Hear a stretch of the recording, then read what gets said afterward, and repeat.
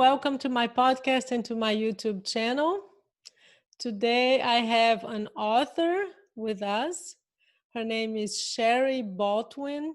She's a clinical social worker who works with trauma. That's the area of specialization, is mainly trauma that she works with.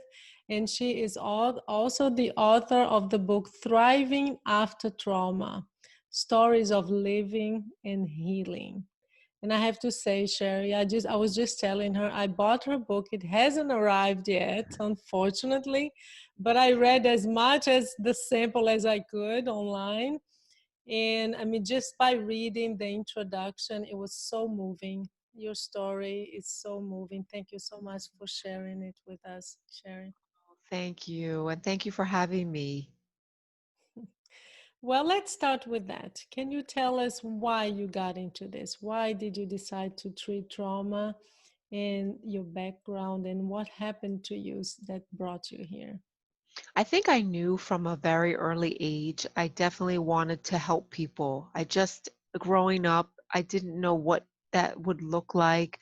I used to imagine working in a school, and I think that was because school for me was a place where I sought out resources, where I tried to connect with other adults to compensate for what was missing at home. So I went to college and I majored in psychology, and of course, I loved it. And some of the things that I learned about in my classes were things that were happening to me. And it was the first time I could see in words how to describe my experience and how to better understand it. When I first started working in the field after I got my master's in social work, I specialized in eating disorders. And pretty much from the very first day I got to my job, I was hearing stories of people who had suffered many different types of trauma. There was definitely a heavy focus on childhood abuse, which is my story where I come from. I'm a survivor of childhood abuse, but there were also stories of people who were in auto accidents, people who got injured training for the Olympics, people who were born without the ability to hear and what that left them feeling. And what I ended up doing was I worked very heavily with people in recovery from eating disorders when I first started in the field, but I recognized that I had a huge amount of trauma that I had not dealt with in my own life. So before I started helping patients recover from things like abuse, I went into recovery. I was in intensive therapy for several years. And during that time, as I got to understand my experience better and as I saw myself coming out of it, that's when I started working more with people who had dealt with an eating disorder, but at that point were in recovery, had really sort of gotten into a place of remission and wanted to work through their trauma. And that's where I've been for probably the last 20 years. That's been the focus of my work. hmm And one of the things that really touched me was when I was reading the introduction of your book, and you were talking about how, even though you're just saying, I realized that I had to work through the trauma that I had been inflicted on me. But then you say in your book that it took you 2 years of telling the therapist everything's okay. I have a great family. Everything's fine in my life. But what is wrong with me that I still feel so unhappy? Can That you was talk some, a little bit about yeah. that? Yeah. Yeah, and I'm glad you're asking because I see it a lot in my practice too. When I meet somebody, I never really know what brings them to my office. It's never one reason. And I think it takes time to build trust and feel safe enough to start really opening up the box. Once you open up the box, you go through a period where your life feels like it's unraveling. So, what would happen is because I really buried my childhood trauma, I repressed, which means that I basically found a way when I would get up in the morning to act like all was okay. I learned how to dissociate during the abuse. For me, my abuse always happened when I was asleep. So I really did convince myself all through my growing up that the life that I was living was not the life that I was actually living. So when I would sit in Dorothy's office, my therapist, I knew I was in a lot of pain, and I would start to feel things in my body when I sat with her, and I was terrified of her. I was always checking her like facial expressions, so Mm, afraid she's going to be mad. She's definitely not going to believe me. So I would talk superficially. I would tell her about work. I would tell her when somebody made me mad, but I wasn't telling her how much pain I was in. And what would happen is I would leave the sessions, and at that time I was seeing her once a week, but I would leave the office and then I would go home and sit in my apartment, which was the first apartment I lived in by myself. I went to I started therapy about a year after I moved out of my house, my childhood home, and I was suicidal. I would sit there and contemplate ending my life, and I would feel despair and darkness and that thing like that you said, like, what is wrong? What is wrong with me? Why am I like this? And I think it just took me a while to realize that I had to start speaking, that if I didn't start speaking, I was never going to be free from these thoughts. And one of the reasons why I really wanted to come on your show was because I feel like the idea of suicide, suicidal tendencies, suicidal thinking, I just don't think many people really understand. I don't think a lot of people understand what that's like. And I think, especially now, as we go through such a hard time with the pandemic, more people than ever are struggling with these tendencies, especially people who have trauma histories. mm-hmm. And as you said in your book, you didn't know. It took you a long time to actually for the memory to come back. So how was that process with you? And, The and what mem- do you think helped? so I think what helped was meeting somebody, meeting a therapist that I felt genuinely cared. I could tell this was a person that was going to really hear what I had to say. She had a way of showing empathy that I never saw before. I never felt that way with either of my parents. I never felt that way with other therapists that I had met, and I had not met a lot of therapists before her. Um, I knew she was a mom. I had asked her very early in the work, and again, her boundaries were very good. She didn't share a lot about herself, but I still remember the day when I said to her, "Do you have kids?" And I remember when she just said she had kids and what their ages were, which was basically all I asked her. I could see this is a mom that actually likes being a mom, and this is a mom that I always dreamed about having. So I think that helped. And the way the memories started to break through for me was through what we call body memories. I didn't have flashbacks like images of Mm-hmm. the person who abused me, but I felt in my body the abuse. I could feel different sensations. And as I felt that more and more, I became more suicidal. I became more hopeless. And Wow. I would sit in my apartment and think, but I don't want to not be here. I do want to live. I don't want to give up. And I think that being able to stay clear about what my goals were for my present and my future was what pushed me to speak. It's not something that it's hard for me to explain the process because it was very gradual. It didn't happen in one It day. took years, right? You Yeah. said it took like what Yeah. was it 10 around 10 years? It took me about it took me 5 to 10 years to really be able to tell my story without Mm-hmm. it being fragmented and without dissociating. And it took me about 10 years to be able to know my story without wanting my life to be over. As I slowly began to speak about what happened to me, I would then go through a period where I felt hopeless. I wish I didn't remember.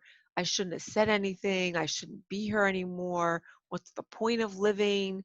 My life still sucks. Nobody cares. So I had to go through this whole process of reframing and almost like rewiring the part of my brain that just assumed once I tell somebody it's not going to be okay. It took me a while. So what I did was as I spoke more, I brought more support in. I got a dog that I totally fell in love with. Mm-hmm. Her name was Chloe, and she at that time, she was my baby. I got a dog. I opened up my own practice, so I had a safe place to work. I didn't have to feel the pressure of working in the system, dealing with the supervisors, and all the feelings that come up for that. I found some great therapists through going to different workshops that became mentors. One of them I used to call my guardian angel. Um, Mm-hmm. because she would be the person I would call when I thought there's no way I can do this anymore. I got an amazing supervisor that was helping me manage my work and stay in recovery. I bought things in my house that made me feel good. I got 2 kittens. I found places where I could go hike. So I just found different ways of living in the moment when I felt like I couldn't be alive anymore. I learned how to nurture myself, and I learned how to do it in a way that felt safe. I wasn't using self-destructive mechanisms to feel better. I was more focused on trying to love that younger part of me that was in so much pain. And Mm.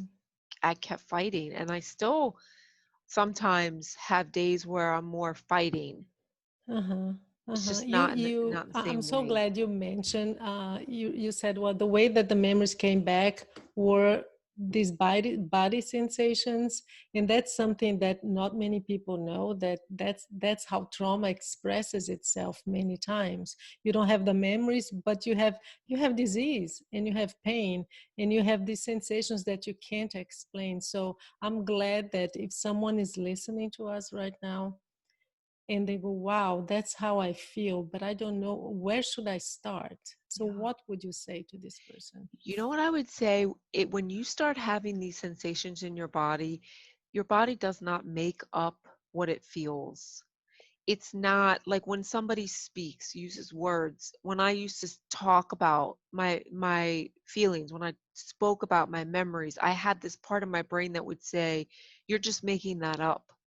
But when I had body memories, I knew y I'm not making this up. It's not like I wake up in the morning and say, "Now I'm gonna feel this, and now I'm gonna feel that," and that actually, while it was terrible, it's terrible to experience body memories, it's scary, it feels so out of control. Very I confusing, I'm sure.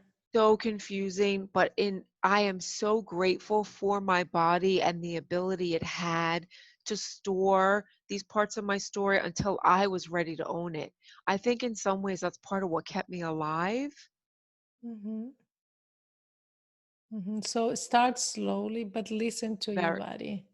and that's the other thing. I've been talking to some colleagues lately about work that I'm doing in my office, and what I notice is that you can't when somebody comes in, I had just met somebody a few weeks ago who knows her story. She did not repress it. She has more sexual assault by a peer. She was attacked by a stranger in a parking lot. She lives in a family where there's addiction. She didn't repress it. And when she's starting to tell me her story, I can see and feel all the pain, and she's got the words, but one of the things that we talk about is how to move through this process in a way that's going to keep you sane and safe.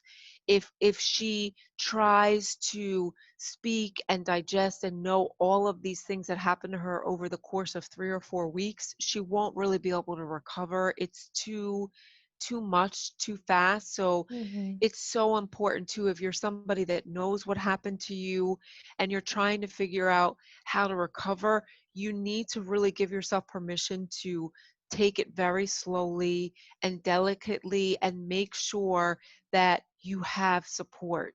Make sure that you don't just go to a therapist. Make sure you have a therapist, and then you have a plan for after your sessions, and make sure you have different ways of managing, whether it's support groups or reading your book or listening to your show or calling a friend. You don't want to rush through the process, because then you're more likely to become suicidal, or you're more likely to be self-destructive, because And to it's going be to be re-traumatized, right. because we know that that's what happens, right?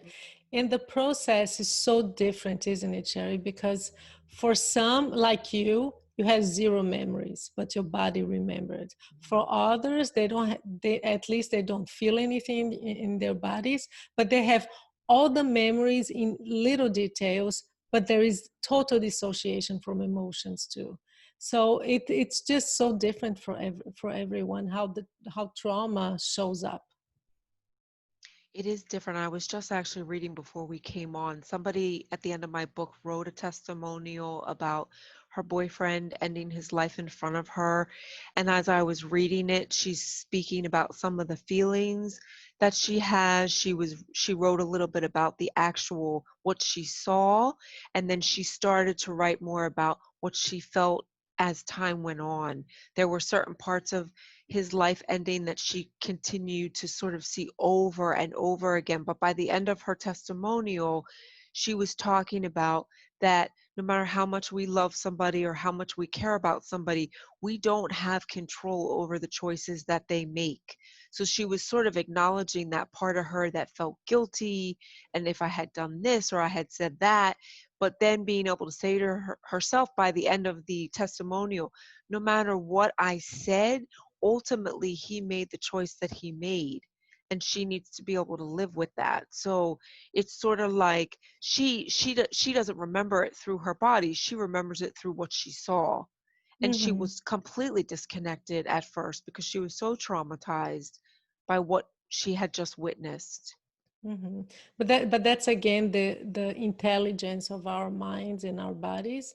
They know it. Your brain knows when it's too much to take in, so it just shuts down sometimes. Yeah, I think in some ways our brain keeps us alive because if our brain didn't shut down and didn't give us a chance to figure out how to wrap our heads around all this, I think there would be even more rates of suicide, especially among trauma survivors. Hmm. One of the things that I love about your book, and I actually told you this, it for my audience, it's so central because we know that most suicidal clients, they have some kind of trauma, either that they don't acknowledge or they do, but they don't know what to do with it, right? And unfortunately, sometimes you go to therapy and it doesn't really help. As you said, you found someone that you could trust, but that sometimes takes time. I have my own experience. I had, oh my God, I remember one therapist that I went. I think she was the second therapist that I tried in my life. And and I'm Brazilian. Brazilians are very touchy. So, and I didn't do any. When she opened the door, I just gave my hand. I just gave my hand to her to say, hello, and hold her hand, and she backed out like this. That minute she did that, our relationship was gone. I said, nope, no, I'm not coming back. I remember I went in and I just said, no, that it was gone. There was no connection. So there's no way. So sometimes you do have bad experiences. We're not perfect. And even if we are a good therapist, it doesn't mean it's fit for you. Right. And I Yeah. do think you need to find somebody that can really understand some of your experiences. I think even therapists are afraid to talk to people about suicidal tendencies. I think there are some therapists that don't just cannot don't have the space to sit with somebody who's lost somebody to suicide. So I think it's so important when you're looking for a therapist. And again, I didn't know this. I just lucked out. I think I met somebody that was wonderful and I had heard about her and that's why I called her. But if I were looking for a therapist today, I would want to know, have you worked with people who've repressed trauma? Do you know what body memories are? What do you do when patients are feeling suicidal? Do you just tell them they have to go to the hospital or do you help them learn how to manage that? So I think to be informed about the kind of questions you would want to ask and to recognize just because somebody says they're a therapist does not mean that they're going to be equipped to help you in the way that you need. Hmm. There's some chapters in your book, and you you have chapters in different themes with different themes, and many of them are very important to my dear audience. So I want to explore some of them. Can we start with shame? Because shame is there for my audience is mainly people who are suicidal or those who have lost loved ones, or they have maybe kids who struggle with suicide. And shame is there everywhere. In my, I think 100% of my audience have experienced shame. So how do you deal with that in your practice, Shari? I think the way I understand the role of shame at this point is it's a defense mechanism. It's a way to not have to know. So when you talk about working with people who have suicidal tendencies, people who struggle with these thoughts feel like they're crazy. What's wrong with me? Why am I like this?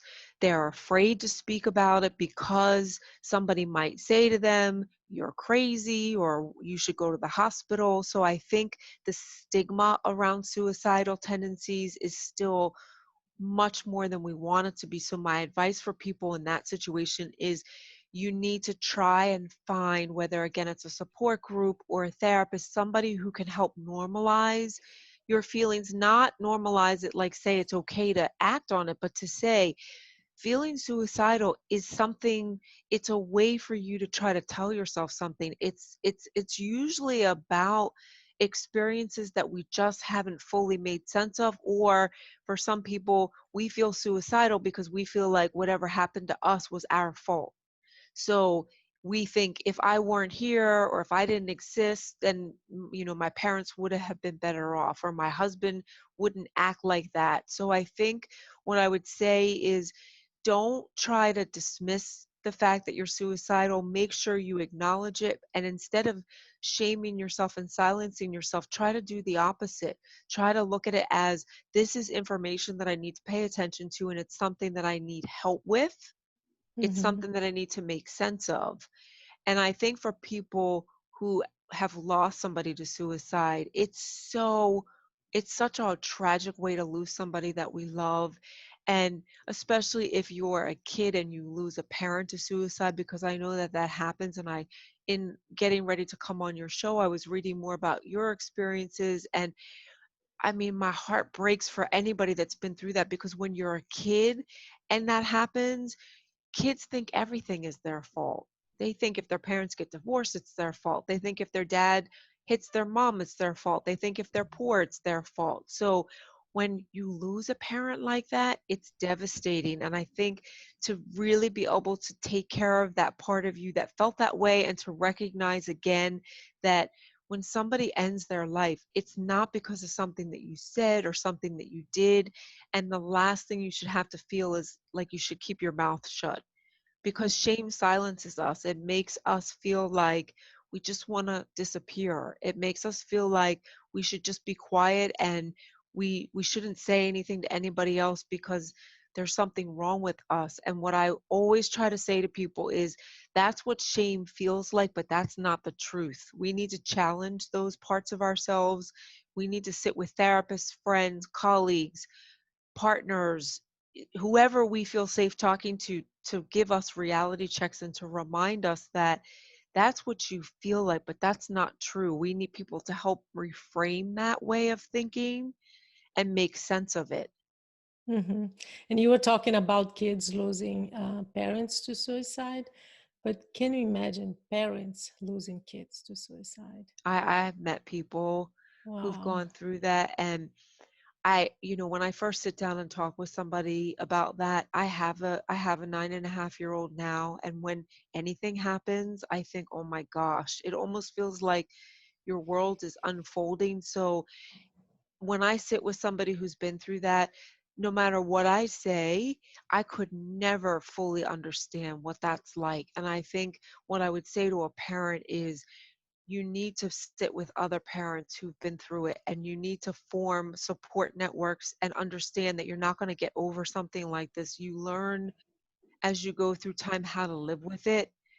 A lot of times what I see with parents who have been through things like losing a child to a drug overdose or to suicide or even to something like cancer is the way that they end up thriving is they find ways to help others. They volunteer, they start nonprofit organizations, they do things that are empowering, and they do things to implement change.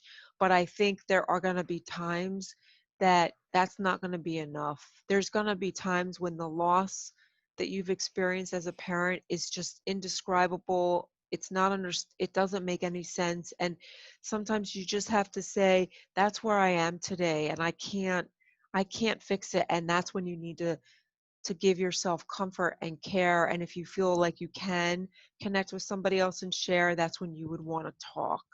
And you don't want somebody to try to fix it. If your friend or your therapist or your whatever say, oh, like, let me try to fix that, they don't, that's No, not what that's you want. not the right, yeah, that's not the No. right way to go. You were saying you want someone who understands what you're going through. I finished two books on grief lately, and one is by David Kessler, Finding Meaning, and the other one, It's Okay to Not Be Okay. And they both say the same thing, that I mean, they're both therapists, they have clients, and they have treated a lot of clients for grief. But when he lost his son and she lost her partner, and they both say, the moment it happened, I called all my patients and I said, I'm sorry, I had no idea what you were going through. I thought I knew. Yeah. So it's so powerful, isn't it? And I think it's powerful to be able to share that, especially when you're a therapist working with other people. And I think if you're a therapist and you've been through something like that, I mean, again, I don't think good therapists are the ones that go to the best schools in the world. I think good therapists are the ones that have had their own experiences and are willing to face whatever they've been through and use it to help others, not to try to fix other people, but to try to just be able to empathize, to be able to be in somebody else's shoes. It's hard to do that. And I think in order to be able to be in somebody else's shoes, I need to continue to face my own experiences. And that's what you're talking about. And that's what these authors are talking about. And to know sometimes that we're going to feel things and we just need somebody to be there with us, to be a witness, to just hear what we have to say Mm-hmm, mm-hmm. and not try to Ano- take it away. Another topic that I want to talk to you and hear you is anger. Because from my experience, and I don't know if you've seen this, but especially those who lose someone to suicide, there is so much anger and they get so stuck. They don't allow themselves to feel sadness, to feel the loss, because they're angry and they blame them, and then they blame themselves. Sometimes you blame other family members because you're so angry. How could they do this to me? So what would you tell them? Mean, the one thing I think with anger in those situations is if you're only focused on that piece and it starts to go into your other relationships, I think underneath the anger, there's fear. If you lose somebody to suicide, your fear is that what if I lose somebody else? And for other people, once you lose somebody to suicide, you never want to attach to somebody ever again, because the thought of having to go through that kind of loss is so dreadful. So I think for some people, the anger becomes the defense strategy. It becomes a way unconsciously to create other losses. It's a way to push people. If I if I bring only my anger into the relationship, on some level, I'm pushing people away, and in some ways that feels safer, even though I don't think that's actually true. I think for people who are stuck in the anger, that's what it's like. And it's also, you're less vulnerable when somebody's sad or grieving. I think they feel more vulnerable. When you're angry, there's some element of power and control you can feel, even if you're acting out in the anger. Mm-hmm. And what about, I mean, the other side of my audience? I mean, when you have this feeling that there's something wrong with me, and you become so angry, and then you're suicidal, and you get angry with being suicidal again. I'm such a misfit. You're not a misfit. You know what I say to people? It's what you've been through. That's what's not normal. We are all human beings. We all have so much in common. It's the experiences that you've been through that make you feel like a misfit, but that's not the same as actually being a misfit. Mm-hmm. I sometimes I have to say that to people like 20 times. Sometimes I'll say to people, "Can you write this down?" I'll be like, "Are you ready? You got to write the sentence down. It's not what happened to me, or it's not what happened to me that makes me abnormal. It's that what happened to me was not normal. It's not normal. You were saying this, and I was thinking about the scene with its irony with Robin Williams. Remember when he was a therapist and the boy, I can't remember the name of the movie, but he had been brutally beaten by his father all his life. And he kept saying, it's not your, that was the day he broke, right? It's not your fault. It's not your fault. And he was angry and he was hitting him and he kept saying, it's not your fault until he just broke down. Hmm. And Such again, a powerful scene. it's so powerful because I think when people are holding on to that belief that it's their fault, then it makes it somehow takes the responsibility off the other person. And I think too with suicide, you of course you're going to be angry at somebody when they choose to end their life, but that's not the only thing that you're feeling, and you're not the cause of it. You didn't cause that, and you had no control over that. Mm-hmm. Ultimately, at the end of the day, even as therapists, we know this. We cannot save somebody else from their own life, from taking their own life. That's not our job. It's our job to help. And what my therapist did for me was she helped me to save my own life. Mm-hmm. There's a Yeah. difference. And I heard something last week. I interviewed someone who she's very special. She's a counselor here in Portland, and she said, and also I don't want to just keep you alive. I want you to have a meaningful life. I want it to be worth living. That's a huge shift, isn't it? Because sometimes, many times, all that our colleagues do is let's send him to a hospital because I want to make sure he doesn't die or she doesn't die. And that's not the whole point, is it? No, I think the most important thing we can do as therapists is help people not act on these urges and keep people in hold them accountable for their safety, but to also say what are some reasons why you are here? What are some things you want for yourself?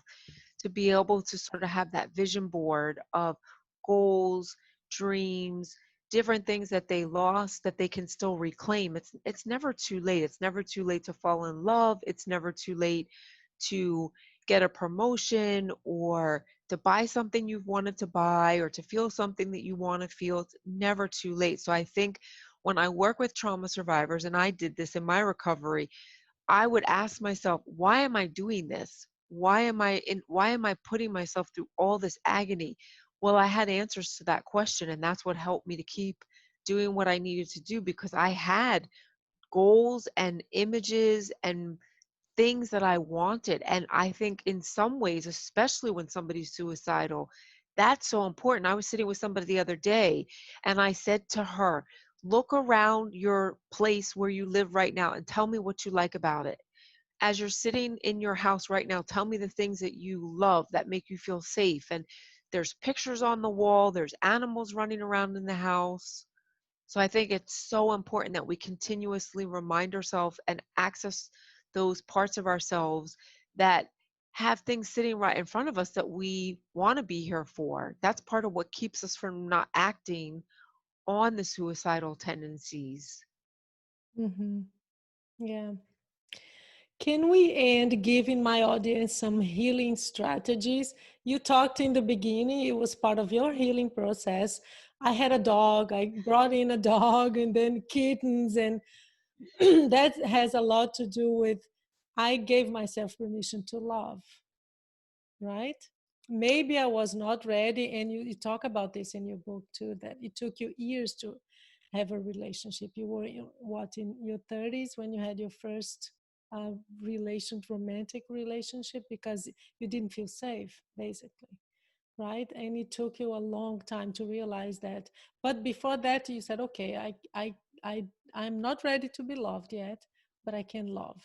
So you brought in your dogs and your kittens. And so can you give my audience some tips on which way can how can I find ways to nurture myself and to take care of myself while I'm going through this process? I think one of the best gifts I've gotten in my recovery is being able to watch myself nurture my child or watch myself nurture my dog and my cats through the years. So My advice is, as you see yourself in your relationships with other people and you recognize your ability to nurture and comfort, try and give that back to yourself, and ad- acknowledge how important that is, and that if you can give it, you can receive it too, and you can receive it in ways that feel safe for you, that you can set limits, that you can set boundaries, but to try and find different ways to feel like you have a way to hold yourself, a way to sort of grab a hold of that part of you that sometimes is in so much pain, and to even think about, even if you're not fully ready to let people in, if you're still afraid of intimacy, or you're still afraid to really just be vulnerable, picture people in your life that you've met through the years who you can imagine doing that with, and have them in your house with you. Picture them in sort of like standing around you, wrapping their arms around you, and reminding you that this is a process, and it's a process that takes place over time, and that if ultimately that's what you're working towards, you will have that, but you have to just keep working on making space to be open to having it. Hmm. Well, find ways to love, basically, right? Well, Find and ways to also love. do things like tangible things, like when you go hiking, or you go to the beach, or you're walking your dog, or you're doing Mm. yoga, or I'm on my Peloton probably more than I should be, because for me it's like my best friend right now, because Of course, yeah, I'm you're having, it's so we're fun, and all I'm home, right? We're all right. home. And it's sitting right there, and I'm like, oh, I could do, my Broadway ride or whatever. But I try, even when I'm watching TV sometimes, try and just keep finding ways to heal those parts of you that are hurting.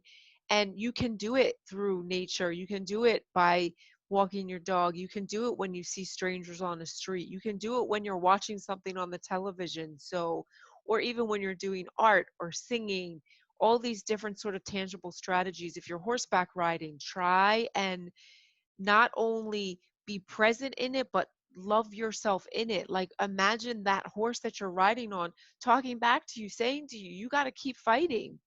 You got to keep going. Like, these are things that in some ways may sound like a little, like, that sounds a little corny, but it is, but it's not real. It's not really.